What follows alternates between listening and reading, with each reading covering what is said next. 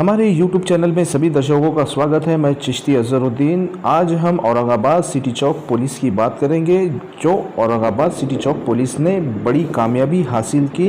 ये वो गैंग को पकड़ा है जो औरंगाबाद का पूरा वातावरण ख़राब कर रहे थे, बच्चों को नशे की आदत डाल रहे थे और बच्चों का भविष्य ख़राब कर रहे थे। जिसमें टैबलेट्स आती है, जिसमें कफ सिरप आता है, ये इलीगल तरीके से बेचते थे और आज ये पुलिस के शिकंजे में है।